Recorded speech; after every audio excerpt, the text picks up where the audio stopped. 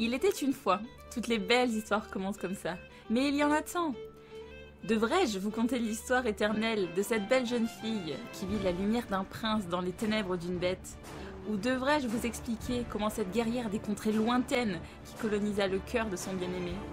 De cette charmante princesse en fuite qui s'embra d'une pomme et renaquit d'un baiser? Une petite fille qui découvrit un merveilleux monde peuplé de personnages au grand cœur. Les contes et les princesses sont nombreux. Des fois, cela finit bien et des fois mal. Nous ne les connaissons pas tous, mais une chose est sûre. Il sera toujours une fois. Sur ce, je vous laisse. Je dois rejoindre ma grand-mère. J'espère qu'il n'y aura pas d'histoire sur moi un jour. Hello everybody, je vous retrouve aujourd'hui dans une nouvelle vidéo, une vidéo un peu particulière. Encore une fois, nous filmons en extérieur. Je suis habillée en petit chaperon rouge pour vous parler de réécriture de contes aujourd'hui. C'est un style qui est hyper populaire depuis quelques années, en young adulte plus particulièrement, en manga aussi. Et du coup, aujourd'hui, je vais vous parler de quelques romans que j'ai lus, que j'ai pas lus, qui me font envie, pour partager avec vous, pour vous donner des nouvelles idées de lecture avec la rentrée qui arrive bientôt. Le premier livre dont je veux vous parler, c'est le plus populaire je pense, c'est Cinder, la série de Marissa Meyer, éditée chez Pocket, qui est donc en 4 tomes avec une novella.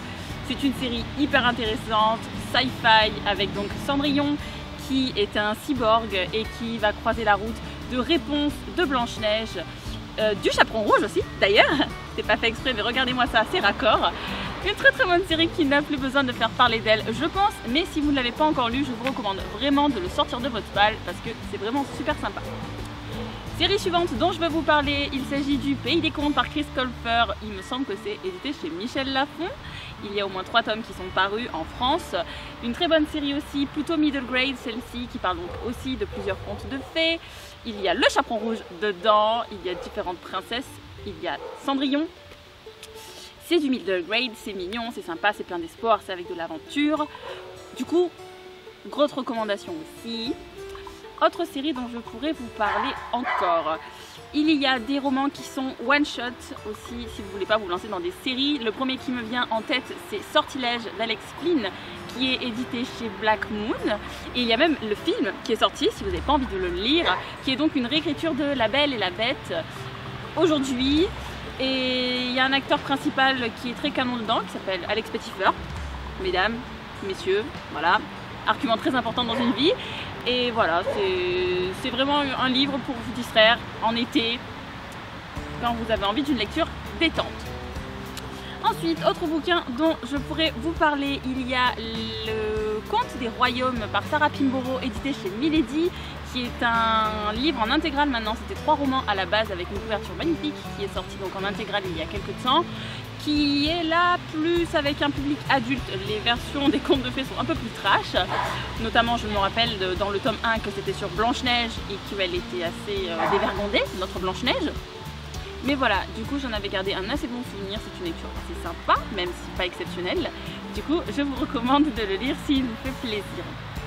Et donc la dernière chose dont je veux vous parler, c'est une réécriture de manga aussi.